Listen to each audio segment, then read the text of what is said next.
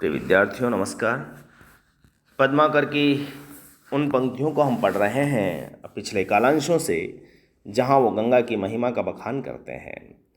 गंगा को पाप प्रक्षालिनी बताते हुए कहते हैं कि गंगा सज्जना हो या दुर्जन हो सभी का उद्धार करती है, और गंगा के किनारे जो हरे हरे भी कह देता है तो उस जीव का कल्याण हो जाता है। नरक में यदि गंगा में कोई चला गया नहा करके तो नरक के दरवाजे उसके लिए बंद हो जाते हैं, उसे सिर्फ स्वर्ग मिलता है।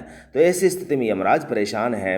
उसका वर्णन यहाँ पर क्या हो रहा है, यहाँ पर व्याज स्थिति है। यहाँ यद्यपि वो कह तो रहा है लेकिन उसके पीछे गंगा की महिमा व्यक्त हो रही है। क्या कहता है यमराज, उसको पंक्तियाँ सुनो कि जम कोन जोर जब पापी न पे चलू तब हाथ जोरी गंगा जूसो चुगली करे खरे बड़ न पे ढरो पे ना ढरो देखी तुच्छ न पे कहे पद्मा कर सुनावद हरे हरे बड़ न पे ढरे बड़ी पाई यो बड़ाई देखो इस पे ढरी तो तुम्हें इस शीस पे ढरे तुच्छ न को देती जैसो नारायण रूप ते तुझ तुझे तुझ करी पायन तुरे धरे।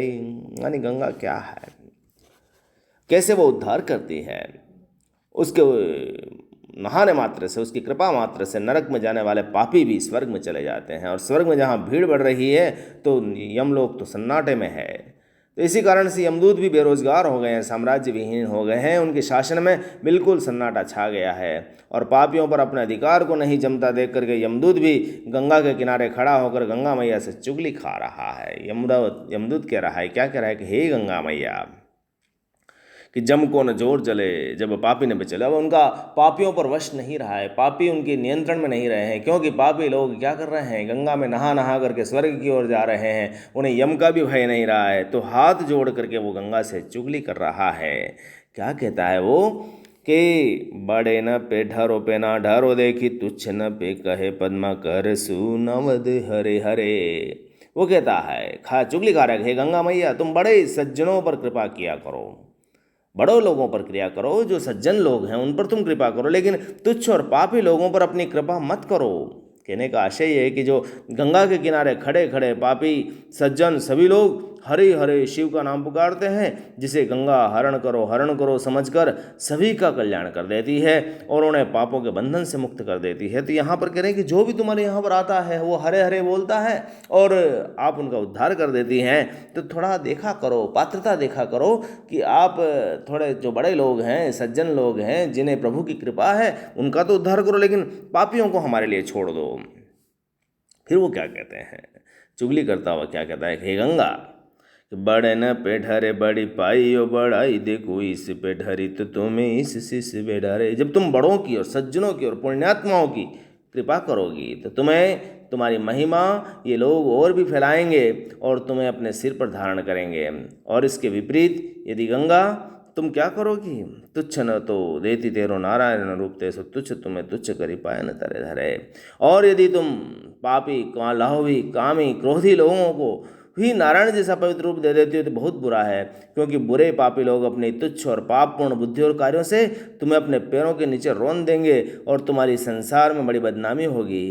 अर्थात तुम जब पापियों को उद्धार करना छोड़ोगी तभी यमराज का साम्राज्य चल पाएगा, अन्यथा कोई मतलब नहीं है। यहाँ गंगा की भक्ति और गंगा का जो महिमामयी रूप यहाँ पर कवि प्रकट कर रहा है, और एक तरह से ये बता रहा है कि गंगा तुम निष्पक्ष भाव से, तटस्थ भाव से जो तुम्हारी शरण में आया है उसका उद्धार कर रही हो। तुमने कभी उसकी पात्रता भी नहीं देख रही हो, यह तुम्हारी महिमा है। लेकिन यमराज अपनी स्थिति का बखान करते हुए भी गंगा की महिमा निरूपित कर रहा है।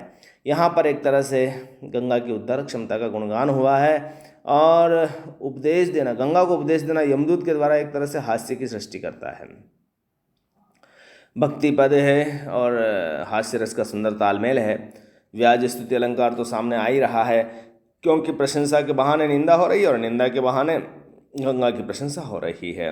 साहित्यिक ब्रज में माधुरी गुण है, लक्षणा शब्द शक्ति आ गई है, वक्रोक्त अलंकार भी इसमें साफ दिख रहा है, और लोक मानस का रंजन करने का यहाँ पर गुणमान व्यक्त हो रहा है, किस तरह से लोक में किसी के बारे में क्या धारणाएं चलती है। इसी तरह से अगला पद देखें आप।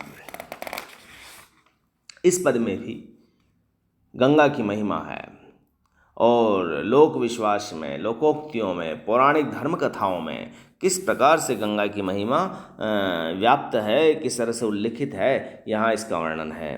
कहते हैं कवि कि कर्म को मूल तन मूल जीव जग जीवन को मूल अति आनंद ही धारी बो, कहे पद्म कर जो आनंद को मूल राज राज मूल केवल प्रजा को भोन भरी वो, प्रजा मूल अन्न भजन को मूल मेघ मेघन को मूल एक यज्ञ अनुसरी बो, यज्ञन को मूल धन धन मूल धर्म अरु धर्म मूल गंगा जल बिंदु पान करिबो, कर्म को मूल तन तन मूल जीव जग जीवन को मूल अति आनंद ही धरिबो, कहे पद्म कर त्यो आनंद को मूल राज राज मूल केवल प्रजा को भोन भरिबो। यहाँ पर क्या कह रहे हैं?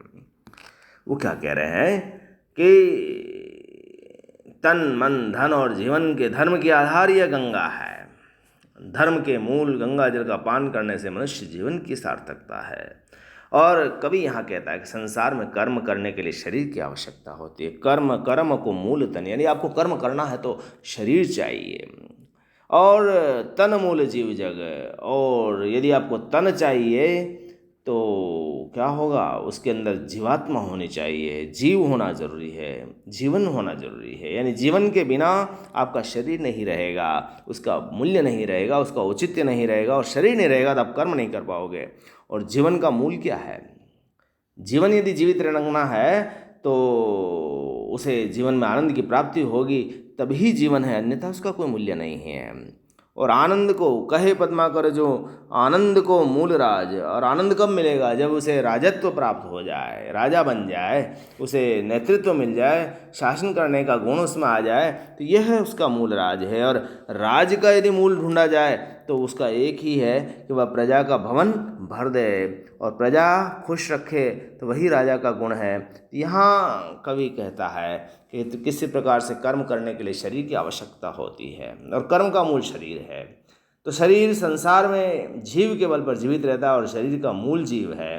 तो जीव जीवन पर निर्भर है, और जीवन का मूल भी आनंद की प्राप्ति पर है। अच्छा शासन से आनंद प्राप्त होता है, और अच्छा शासन ही प्रजा का भवन भर सकता है। अब प्रजा क्या है? तो प्रजा का मूल है अन्न सब, अनन्न को मूल से अन्न सब, यानी अन्न और आसव ये दोनों ही प्रजा का मूल है। यानी अन्न प्रजा का मूल अन्न हुआ, और अन्न किस पर निर्भर है? अन्न को मूल मेघ, और अन्न तो मेघ पर निर्भर है। अन्न कब से उपजेगा? कि जब मेघ बरसेंगे तो अपने आप अन्न आ जाएगा। और मेघन को मूल एक यज्ञ अनुसरी वो, और मेघों का जो मूल है वो यज्ञ करने सा है। यानी यज्ञ होगा तो मेघ भी आएंगे। यज्ञ में मेघों का मूल छिपा हुआ है, और यज्ञन का मूल धन, और यज्ञ तभी संभव है जब धन होगा, और धन तभी संभव है जब धर्म होगा, और धर्म का मूल तो सीधा गंगा का जल है। यानी गंगा का जल सर्वस्व है, गंगा का जल धर्म का मूल है। तो यह होने पर आपके सांसारिक जीवन की सार्थकता है। इसीलिए कहते हैं कि धर्मदार गंगा के जल का पान करना चाहिए। यह गंगा जल धर्म का, धर्म का धन यज्ञ का, यज्ञ मेघ का, मेघ अन्न का, अन्न प्रजा का, प्रजा शासन का, शासन आनंद का, और आनंद जीवन का, जीवन जग के शरीर का, और शरीर कर्म का आधार है। अतः हमारे जीवन की सार्थकता गंगा जल का आचमन करके धर्म का अनुसरण करने में है। इसी में सच्चा आनंद है, जीवन की सार्थकता है। इन दोनों पदों में आपने देखा कि गंगा जल को धर्म धन यज्ञ मेघ प्रजा शासन आनंद जीवन शरीर और कर्म का आधार बताया है। कवि की दृष्टि में गंगा जल का आचमन ही आत्मा की मुक्ति है, और यहाँ पर धर्माधार बताकर लौकिक और अलौकिक जीवन में भी उसका महत्व रेखांकित कवि ने किया है। धार्मिक जागरण और भक्ति का किस तरह से उपदेश यहाँ पर कवि ने दिया है कि गंगा की महत्ता को निरूपित करते हुए उसके प्रति आस्था प्रकट की है। लोक विश्वास में, लोक कथाओं में भी इसका प्रामाणिक विवेचन यहाँ पर है, इसका बात प्रकट हो रही है। साहित्यिक ब्रजभाषा है, लोक व्यवहार की मधुरता है, और क्रमालंकार और उल्लेख अलंकार का सुंदर प्रयोग दूसरे पद में आपने देखा। पद में कवित्व छंद है, वर्णनात्मक विवेचनात्मक शैली है, साहित्यिक ब्रज में बहुत अच्छा वर्णन है। आज हम इतना ही, कल हम शेष भाग को पढ़ेंगे और पद्माकर के इन दोनों पदों को आप देखते हुए इनकी व्याख्या करने की कोशिश करें। न केवल उनके भाव सौंदर्य बल्कि उनके कला सौंदर्य को भी निरूपित करें कि इसमें किस प्रकार के अलंकार आए हैं। छंद तो सामने प्रकट है ही, लेकिन उनका भाषिक सौंदर्य कैसा है ये भी आप बताने की कोशिश करें। यदि कोई लोकोक्ति है तो उसको भी अलग से पृथक से रेखांकित करें। बहुत बहुत धन्यवाद। आज इतना है।